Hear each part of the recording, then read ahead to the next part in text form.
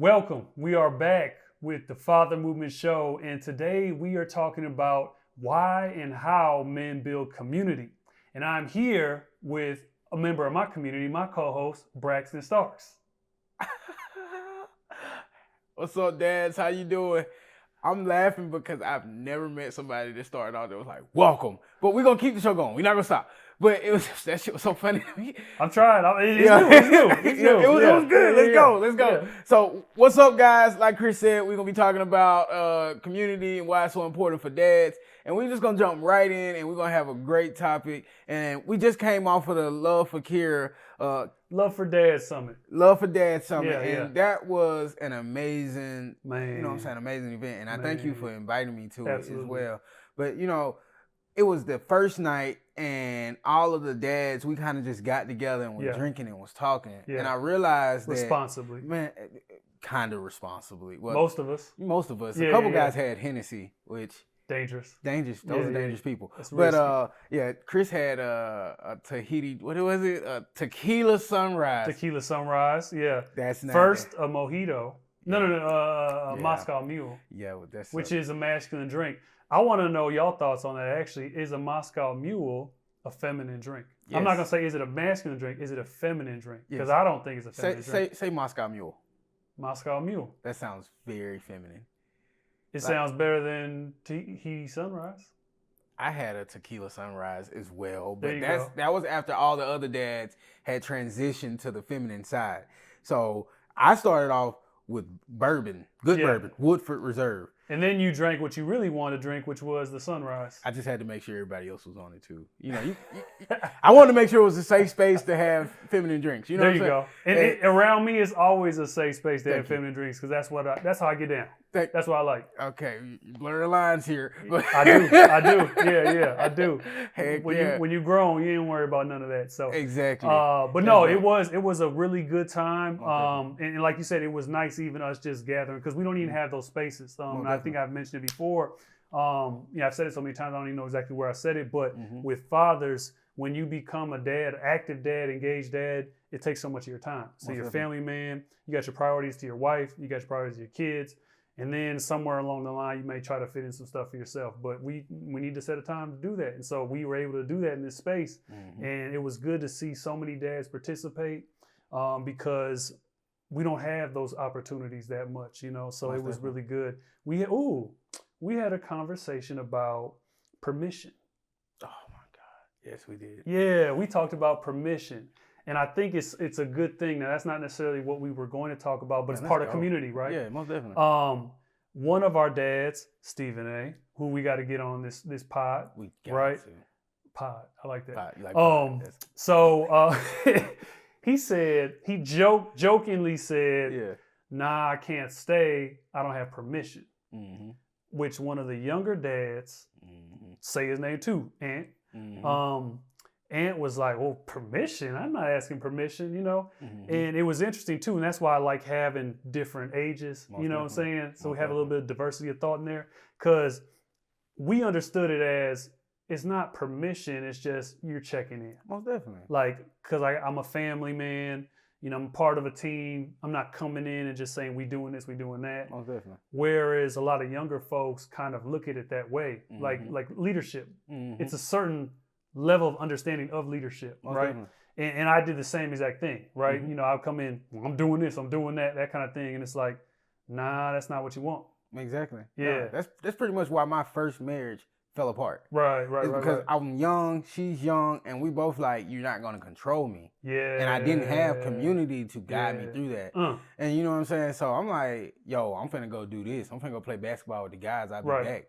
And Kai's a baby at the time. So she dealing with the baby, and I'm not thinking like, I just gotta work, fuck you. Like, I'm finna go play basketball. You can manage another human being. Like, right. Come on, dude. Right, exactly. And so then she'll do the same. I'll get off work, get home. She's like, I'm finna go out. I'm going to get a drink or something. Yeah.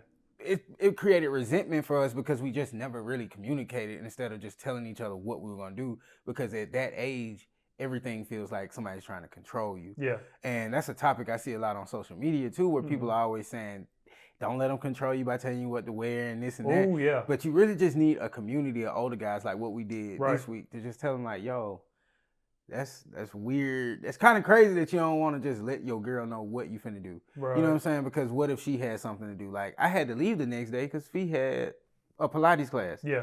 And so it's like if I didn't communicate, I wouldn't have known that, and it would have caused unnecessary problems.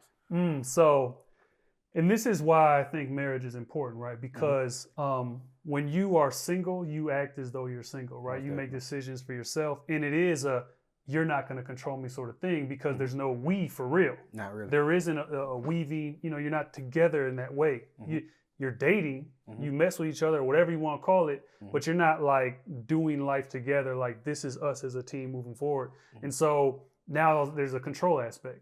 Whereas when you're together, it's more so what's good for the group, right? And there still is element, if you got somebody abusing it, they can try to be controlling and all that. Definitely. And I still think there's some give and take in my relationship. There's sometimes I just got to say no. Most definitely. And I feel like it's even for my wife's good, right? And she doesn't respond well to that.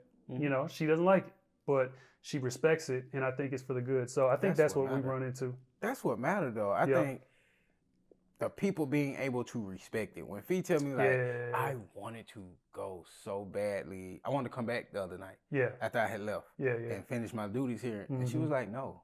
Right. She was like, "You done your time with them. Come have some time with me. Like, you been with the guys. Right. You did a day." I'm like, "It was a day." Yeah. But she was like, "No," and then it got to it, and it's like, I had so much fun with them, but it's like, am I gonna go drink again and then drive back? I was gonna make a bad decision probably. Right. I was gonna drive 45 minutes after having 4 or 5 shots. Yeah. And it just didn't make sense. Right. And so being able to respect it mean more to me. I'd rather you be mad at me but respect my decision than to not respect my decision and go do what you want to do. Yeah. Because then we can't build on that. It's unstable. You can't. Yeah. And then it makes it harder for you to sacrifice and to be considerate of the other person because you feel like you're not getting in return. So somebody's got to do it. Somebody's got to kind of lead the way and then create a space where you're both being sacrificial. Yeah. I think that's what we do as men, though, bro. We kind of like down the sword first so that the woman can see, like, we will down the sword for you. Yeah. Like, I think one thing Fia say about me is that, like,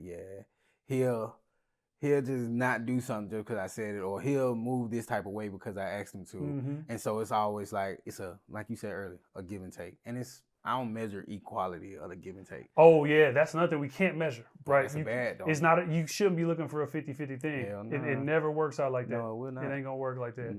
But no, that was a really good topic, and I think it was good even for some of the younger dads to hear that, because we had guys down to, 19 one kid? Zaire. Yeah, Zaire was 19. And on up to 45, something like that. 50. You were the oldest guy, weren't you?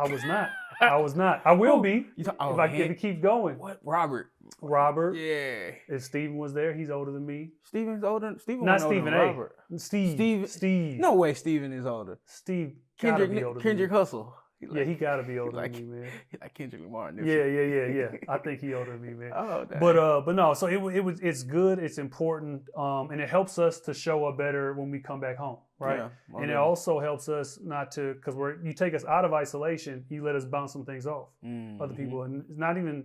Man, we communicate different. Most definitely. Like, we're not gonna come here and just lay all our burdens down on you.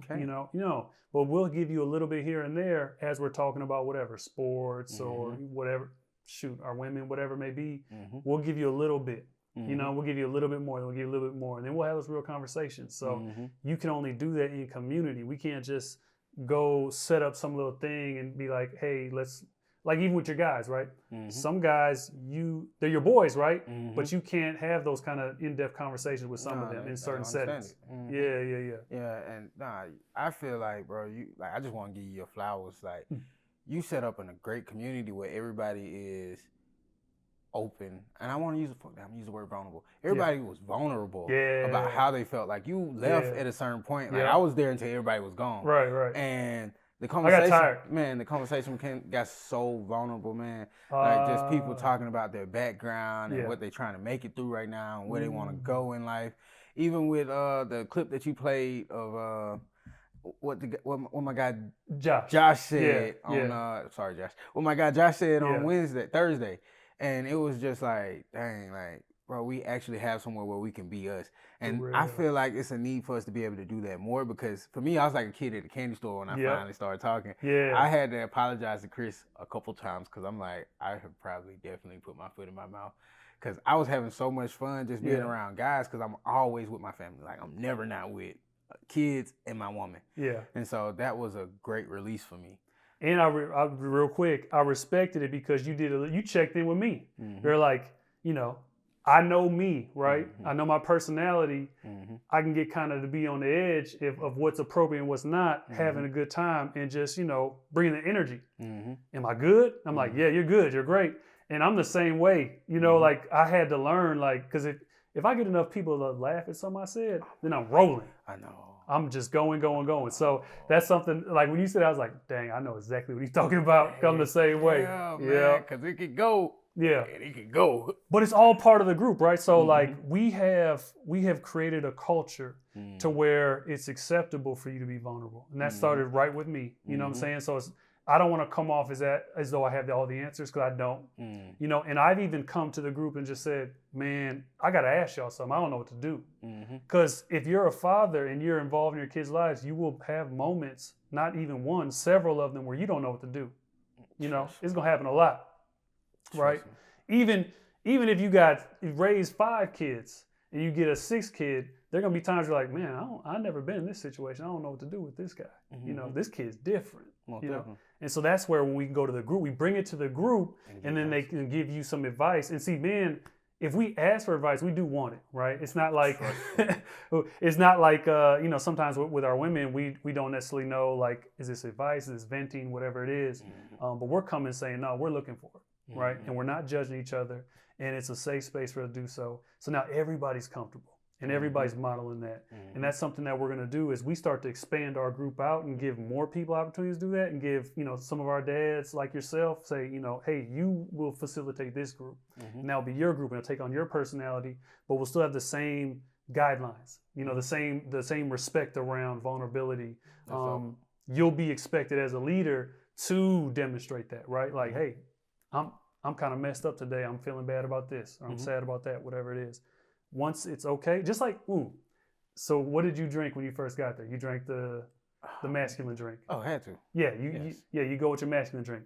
And then you said, oh, so they're drinking fruity drinks? Okay, well, I'll try it. It's cool. Yeah, it's all good, you know? Yeah, I went for it. And it was actually very tasty, guys. It was tasty, and it took me where I needed to go. There you go. Absolutely. So, but, you know, for the dads that's watching, too, like what Chris was talking about with building out that group and that community, it's virtual. We do have things that'll be in person, but if you're looking for a community as a dad, we want you to go ahead and sign up. We're going to put the link to where you can just sign up and stay in touch with us in the description. So, man, please make sure you click on that, sign up, and we would love to talk to you, go out and hang out, and maybe you get some fruity drinks with us. And there you go. I know we're kind of at time because we're right at about 15 minutes.